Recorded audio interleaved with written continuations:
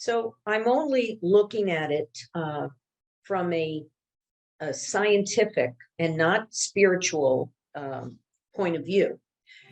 So,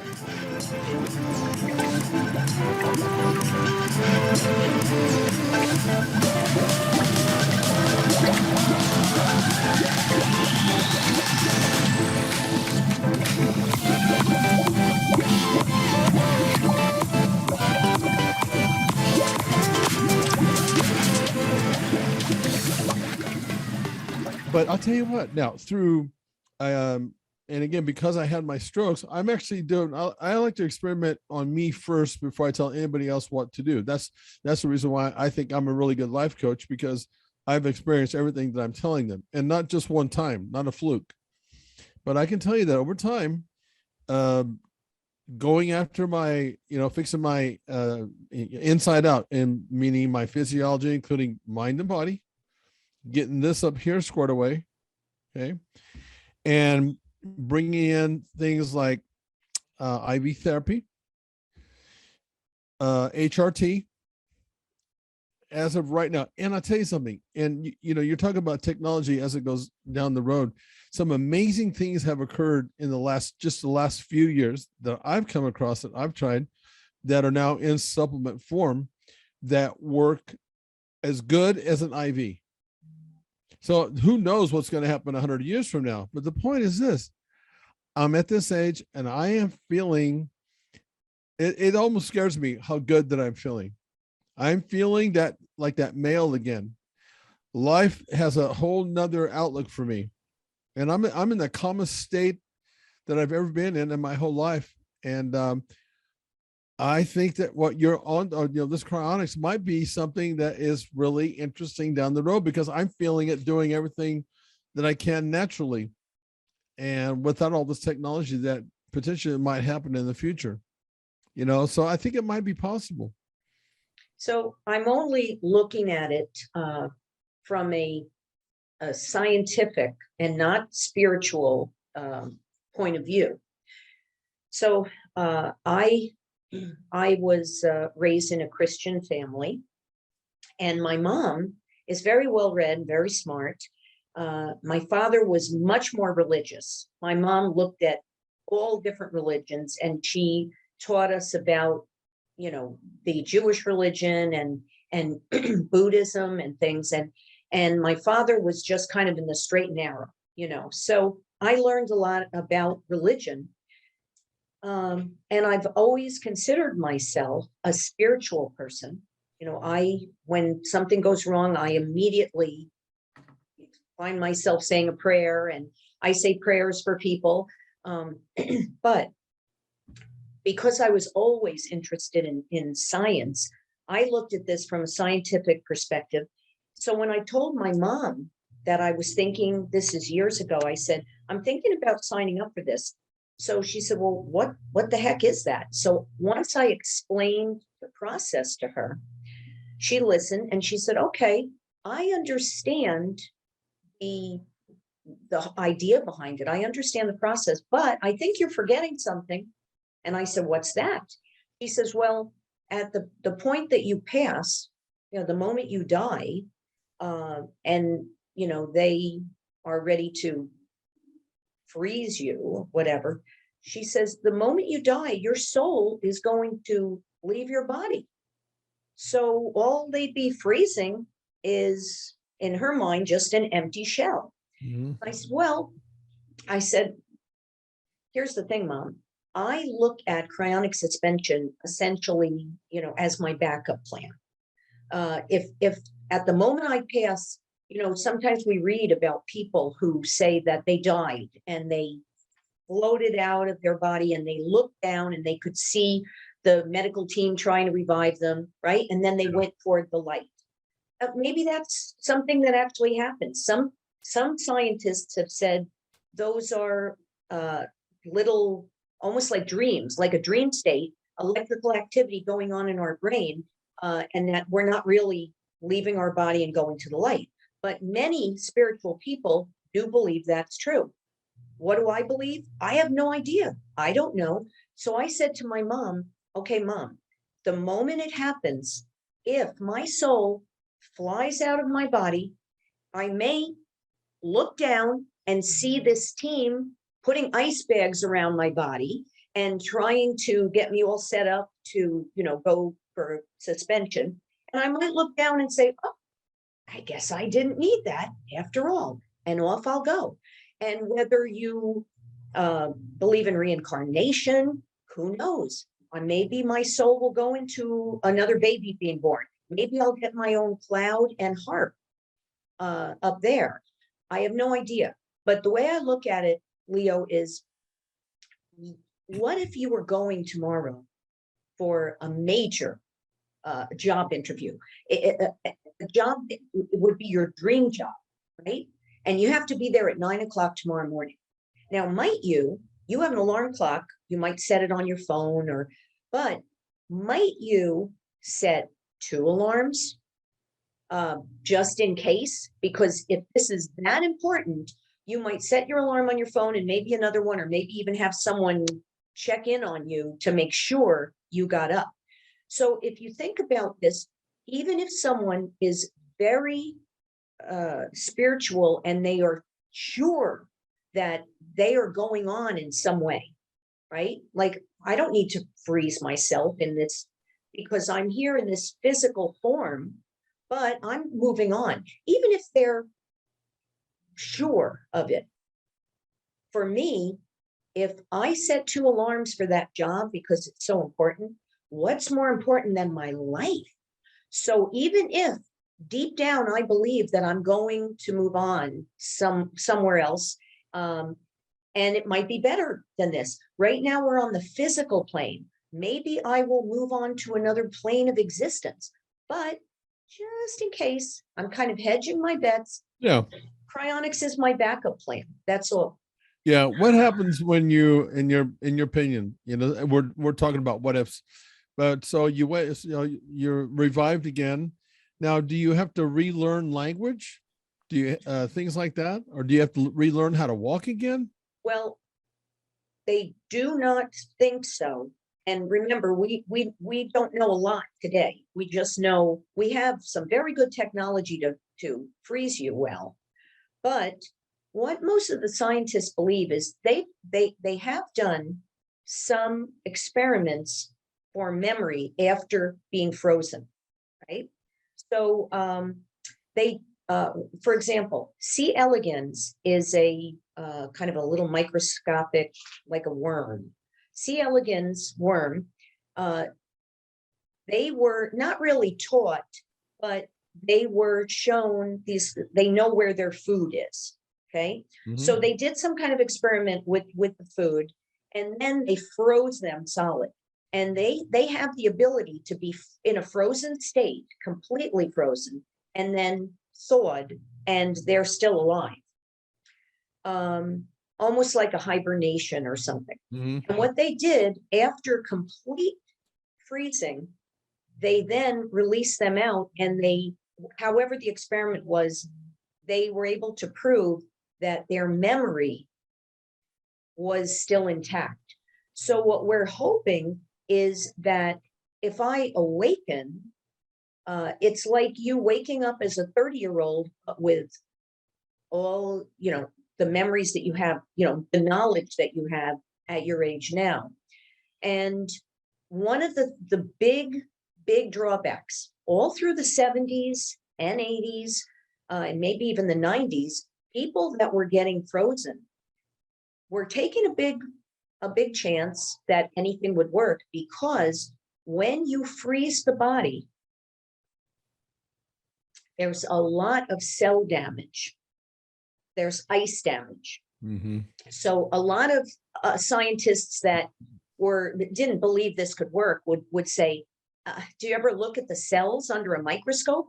The ice damage, it's just going to be too extensive to repair. So a few scientists were working on a way around that. And there is a scientist called Dr. Gregory Fahy, Fahy. And he, I don't know if he created it, but he was able to use a substance that can put your body, your cells, your tissue into kind of a glass-like state. So instead of all this ice damage, it's frozen into, if you look at it under a microscope, it's like everything froze. You could think of it maybe as kind of a biological antifreeze. And what they call this method is vitrification. You vitrify, and he is a cryobiologist. So that's what he does. And he used his cryobiology knowledge. And I think it's probably been 15 or 20 years since they were able to show vitrification works. And so now that takes, a lot of the people that said, no, this could never work. And that was their big reason. Now that's been taken away. So for me, I think there's a very good chance it will work. And like I said, even if it's a 1 in a million, Yeah. I think Okay. that's better than zero. Yeah. Yeah. It's a calculation. Okay. So the other question I have, so you come up and you're revived again. How does, the transition of all this, like, finding a job, maybe the jobs 100 years from now, they will not be anything that you can possibly do. You have to be retrained. How do you get your money? I mean, those are all, it feels like they're reality in this life So that you need to have. it's a great idea, but then start looking at, if you start with a pro and con list. Okay, on the pro side, I'm alive. I'm here on the physical plane. I'm young and healthy, and I'm ready to go. Yeah. So part of me has always thought, oh, who cares about any of that? I'll go and live as the big kahuna on the beach, but I'll be alive. But then the real reality is we come back to a time where people, robots may be doing all the jobs. Yeah. So I have no idea, and neither does anyone else. But here are a couple of things that they're doing to kind of prepare for that. So first of all, how do you acclimate?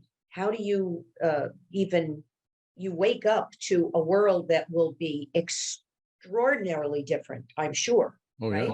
Now, Benjamin Franklin, 200 years ago, actually had written to a friend and said, how I wish I could see this great country of ours 200 years hence, which would be right around now. Yeah. He wrote and said, how I wish I could find a way to be there to see everything in a few hundred years. And then he made a joke and said, but alas, maybe he said something like, one day they may have ways to do that, but I guess in our time we don't. So maybe they could pickle me in a big container of Madeira wine or something. Yeah. So he was joking, but see, he was a brilliant man. Remember, he was early to bed and early to rise, and the thing with the electricity. And so he had no knowledge of technology, of what we could maybe do later, but he did have the wish that he could somehow be put in a vat of wine and suspended to be here. Now, what if he woke up today? Wow, the world would be very different. Yeah. Right? But I kind of feel that he would think about how many people would pay him for his he'd be on every news station, he'd be writing books. But the other thing is this, he would have no money. So if you wake up in the future, what do? Well, they actually have a couple of they call them like a fund. It's like rejuvenation funds and things. Mm-hmm. And so first of all, to pay for cryonic suspension, okay, there are several life insurance agents who understand cryonic suspension, and they will help you get life insurance, because you don't actually have to pay for cryonic suspension. You can pay for it through your life insurance. because remember, you don't go there until you've passed away. So if you had, right now, it's, I think, about $100,000 to have full body suspension. So if you had so that's a lot. I'm not going to come up with $100,000 and just hand it over. And plus, it's something I don't know if it's going to work or not, right? But if I have a life insurance policy and I name the Cryonics organization as the beneficiary or the owner of the policy, then upon my death, the life insurance pays for that.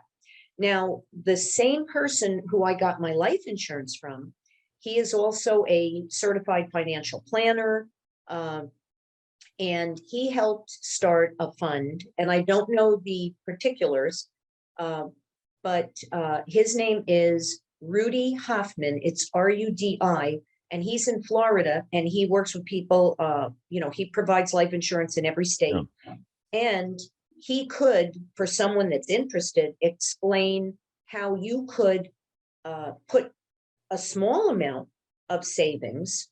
Imagine how much money would Benjamin Franklin have if he could have been suspended then, and he had said, well, I don't, in those times, what do you have in the 1700s or 1800s? They probably might have had a couple of $100. What would $200 with compound interest sitting in an account be today? Well, you'd probably wake up a millionaire. Well, and that could potentially solve the money issue. Another thing that I would think might be interesting is like, the grandchildren and the great grandchildren that end up being there when you come back out. I mean, how does that work? You know what I mean? I mean, do they even recognize you, or do you recognize them? And do you just say, well, I'm revived and rejuvenated, I just start a brand new family again? I mean, is that, I wonder how that would work.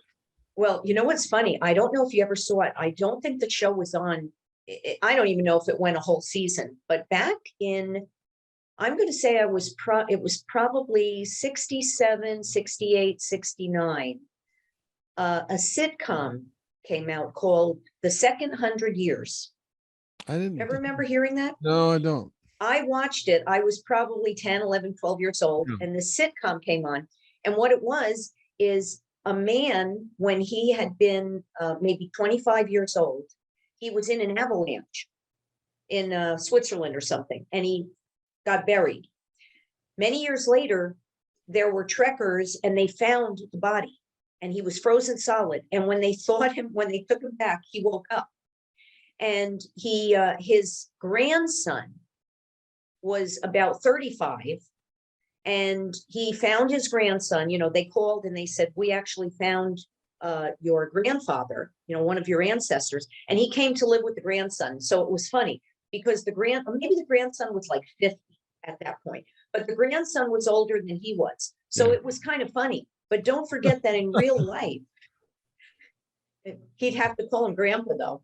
And that would be funny. Okay. I have to go to psychology for that. Yeah, but here's the thing: in reality, a society that is able, a community, the scientific community that is able to revive you, where you could be rejuvenated to like a 30-year-old, if you then find your descendants and family members that are there, they're probably not going to be older than you, because that will be a society where everyone is essentially young for, open-ended lifespan. I wouldn't say forever, because even if you are young and healthy, if we could keep ourselves in a 30-year-old perfectly healthy state, all of our organs rejuvenated, our skin, everything, we could probably still walk out the door and get hit by a truck or something. Right. So I don't know.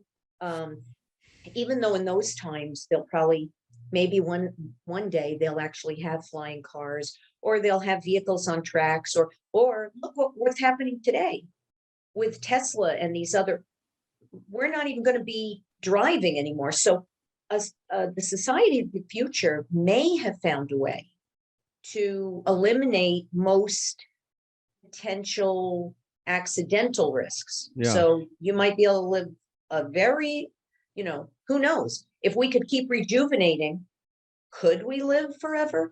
Again, I have no idea, but I'd like the opportunity to wake up in the future and find out.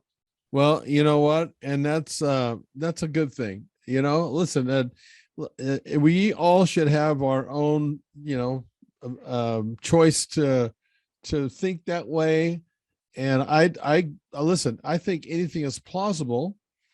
And for me, the way you explained it now, it's like, well, why wouldn't I might want to do that?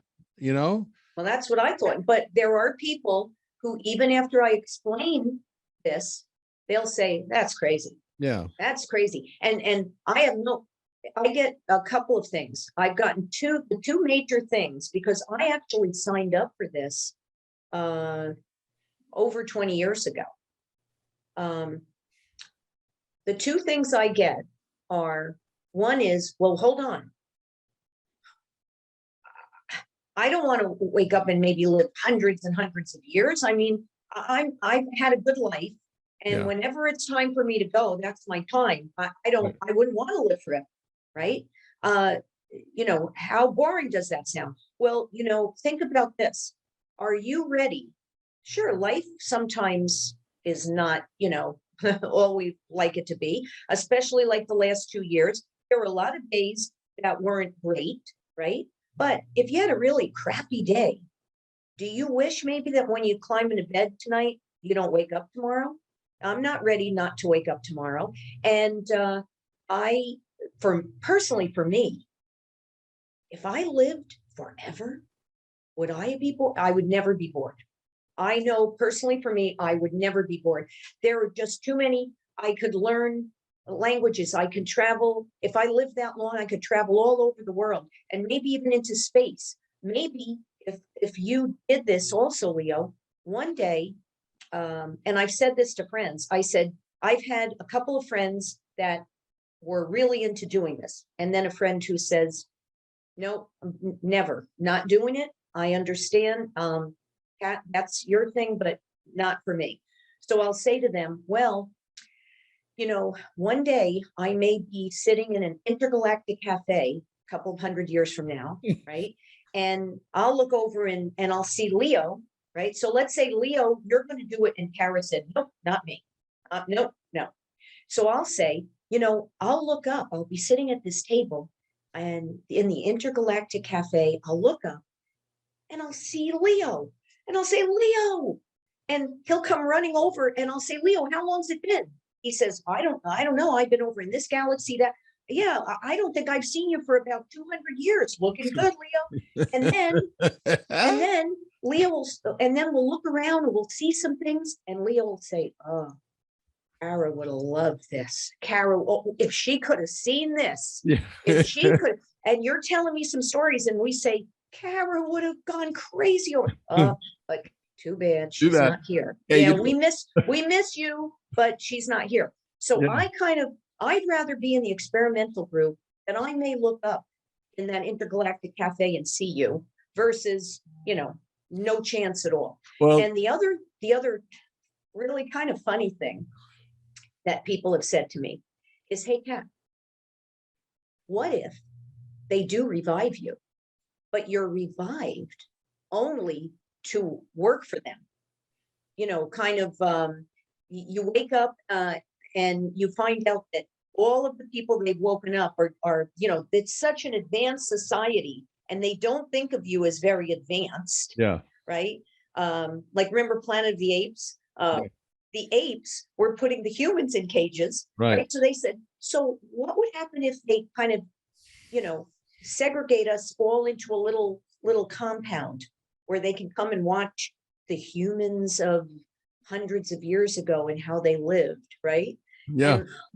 And, so they come up with really crazy negative things. And I say, hey, you know what? If I woke up to a world that is just absolutely horrendous, well, maybe I'll just kill myself. There you go. Right. And then I'll just, and I won't be frozen again. I'll just, but at least I have a chance. You can always do that. Yeah. Listen, I want the option, for me to choose. I like it. And as we close this thing out, because time again flew by, you know, how many people told the Wright brothers that they were crazy, that they would never make a Right. thing that would fly? They You know, laughed at them. they laughed at them. So, Mhm. you know, this could very well be that moment, Kat. And I may just think about this now because that intergalactic cafe sounds kind of cool. I'll be looking for you. Okay, that sounds good. I'll Listen, keep my eye out. very interesting stuff. One of the reasons why I like doing these shows is because there are so many fascinating humans out there. And I think I would be sad if I didn't do this and get to know people like yourselves and different ways of thinking. You know, listen, you can have whatever kind of mind you want. You can be close-minded or not. And that's the beauty of it all, you know, and I'm happy that you came on, and I'm happy to know your thoughts and ideas on this. And who knows, we'll talk again. Maybe it's next year, maybe it's 200 years from now. Yeah. All right. And also, Leo, if someone is actually interested in checking this out, they can go to Alcor, alcor.org. Yeah. And it answers every single question that you could possibly have. You can get a free big packet sent to you that gives you all kinds of information. And if you think it's crazy and I'm crazy, then Leo, if you do this, I promise that anyone who thinks this is crazy and doesn't join us, we will, you know, like friends, family, we will think about you and remember you and you know, and miss you. Yeah, we'll tip the hat to him. Anyway, thanks for coming on again, Kat. Okay, Leo. If anything down the road comes up, please reach out to us, and let's keep expanding people's minds. Okay. All right. You take care. You take care, Leo. Okay. See you Bye. soon. Bye now.